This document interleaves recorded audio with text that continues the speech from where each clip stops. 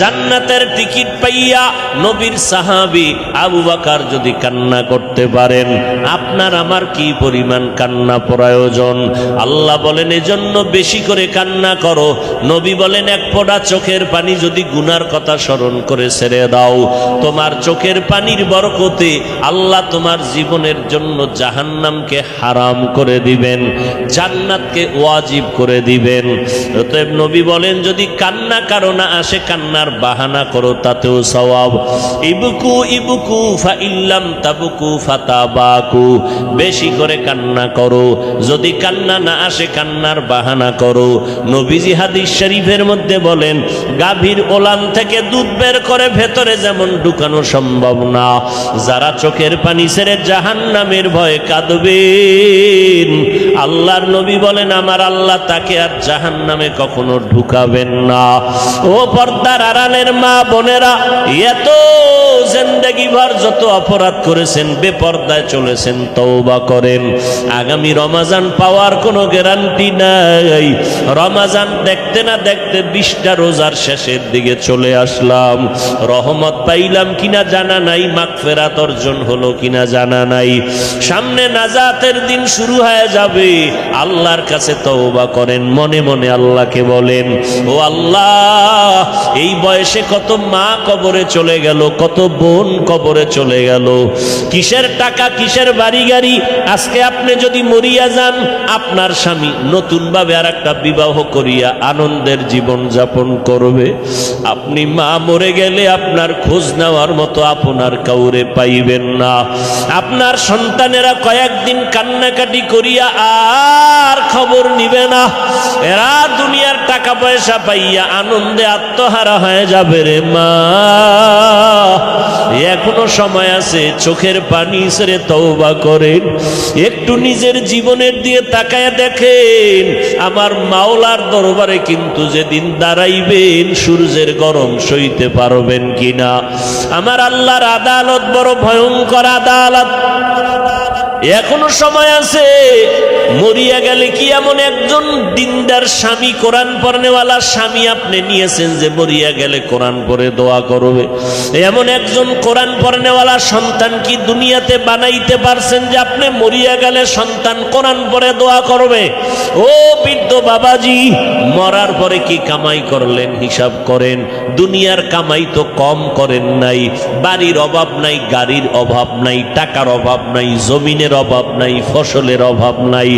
কিন্তু এই ক্ষণস্থায়ী দুনিয়া ছাড়িয়া যেদিন কাফন পরিয়া কবরে যাবেন, হাসরের মাঠের কোনো সম্পদ অর্জন করলেননি। দুনিয়াতে বাড়ির মালিক হইয়া মানুষ আপনাকে বাড়িওয়ালা বলে, গাড়িওয়ালা বলে, কিন্তু আপনি মরার পরে কিয়ামতের দিন কেউ কি বলতে পারবে আপনি কোরআনওয়ালার বাবা? আপনাকে কি কেউ বলতে পারবে আপনি কোরআনওয়ালার মা? বলতে পারবে আপনি সুন্নাতওয়ালা আমলকারীর মা? বাড়িওয়ালা হইলেন, গাড়িওয়ালা হইলেন, টাকাওয়ালা হইলেন, সম্পদওয়ালা হইলেন, কিন্তু কোরআনওয়ালার বাবা হইতে না পারাটা বড় দুঃখের কথা। এখনো চেষ্টা করেন কোরআনওয়ালার মা বাবা হওয়ার জন্য। আল্লাহর কোরআন নিজেও পড়েন, সন্তানকেও শিখান। পিছনের গুনার জন্য তওবা করে চোখের পানি ছেড়ে আল্লাহকে বলেন মনে মনে, আল্লাহ আর গুনাহ করব না, আর রোজা ভাঙবো না, নামাজ ছাড়বো না, তারাবি ছাড়বো না, তাহাজ্জুদ ছাড়বো না, পরিপূর্ণ নামাজ পড়বো, পরিপূর্ণ 20 রাকাত তারাবি পড়বো, পরিপূর্ণ রোজার হক আদায় করে মিথ্যা বলবো না, গীবত করবো না, কারো পরনিন্দায় যাব না, কারো উপরে জুলুম করবো না, কারো হক নষ্ট করবো না। আল্লাহর মোহাব্বত নিয়ে যদি তওবা করতে পারেন, আমার আল্লাহ জীবনের গুনাহ মাফ করবেন। স্বার্থের টানে মা বাবা সন্তানকে জবাই করে, সন্তানকে ত্যায্য করে দেয়, সন্তানকে ঘরবাড়ি ছাড়া করে দেয়। আর আল্লাহ কি পরিমাণ অপরাধ তো করলাম, এরপর আল্লাহ ডাকতেছেন ইয়া ইবাদি, হে বান্দারা। আল্লাহ যদি বলতেন হে মুমিনেরা, তাহলে শুধু মুমিন তওবার সুযোগ পেত, বেঈমান পেত না। আল্লাহ এখানে মুমিন মুসলমান আলাদা করেন নাই। আল্লাহ বলেন যারা আমার বান্দা তোমরা তাড়াতাড়ি ফিরে আসো, তওবার পথে আসো, অপরাধ করেছো আমি তওবার দরজা খুলে দিলাম, তওবা করবা। যেই লাইনেই থাকো, যেই ধর্মেই থাকো, তোমরা আমার বান্দা যদি হও, আসো, আমি জীবনের গুনাহ মাফ করে দিব। এ হিন্দু ধর্মের মানুষ, তুই আমার বান্দা। খ্রিস্টান ধর্মের মানুষটা তুই আমার বান্দা। তুই ঈসা নবীর বান্দা না। ইহুদি ধর্মের মানুষেরা তোরা মুসা নবীর বান্দারা, আমার বান্দা। বান্দা বললেই তো প্রমাণ আল্লাহর বান্দা, আর কারো বান্দা নাই। এরপরেও আল্লাহ বলেন আমার বান্দা যারা আছো আয়। বান্দা বললেই প্রমাণ আল্লাহর বান্দা। আমার বান্দা কেন বলেছেন? আল্লাহ বলেন আমার বান্দা বলার কারণ, দুনিয়াতে অনেক মানুষ ক্ষমতার পাওয়ার পাইয়া আমি আল্লাহর বান্দা স্বীকার করতে চায় না। আমি আল্লাহ ওদের হুঁশিয়ার সংকেত দিয়ে দিলাম, তোরা বৌদ্ধ ধর্মের অনুসরণ করলে কি হবে? গৌতম বুদ্ধ তোদের মালিক না, তোদের মাবুদ আমি আল্লাহ। তোরা আমি আল্লাহরই বান্দা, আর কারো বান্দা না। অপরাধ করেছো, আয়, ফিরে আয়, তওবা করবি, আমি সব গুনাহ একত্রে মাফ করে দিব।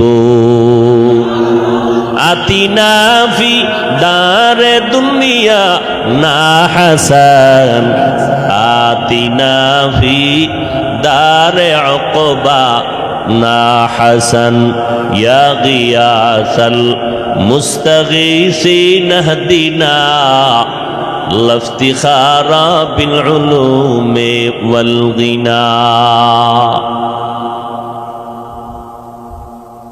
তওবার পথে আল্লাহ ডাকতে গিয়ে বললেন, বান্দা, মুমিন বুঝি না, মুসলমান বুঝি না, হিন্দু বুঝি না, খ্রিস্টান বুঝি না, সব আমার বান্দা। আমার কাছেই ফিরে আসো, ক্ষমা করে দিব।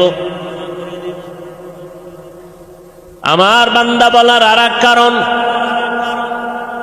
আসমান আমি আল্লাহ বানাইছি, জমিন আমি বানাইলাম, পাহাড় আমি বানাইলাম, সূর্য আমি বানিয়েছি, সব আমার, গোটা মাখলুকাত আমার। কিন্তু আমি একবারও বলি নাই আমার সূর্য, আমি চন্দ্রকে একবারও বলি নাই আমার চন্দ্র, আমি পাহাড়কে একবারও বলি নাই আমার পাহাড়। দুনিয়ায় সব আমি বানাইছি। বাতাস এত দামি একটা সম্পদ, একবারও বলি নাই আমার বাতাস। আমি আল্লাহ তওবার দিকে ডাকতে গিয়া বললাম আমার বান্দা।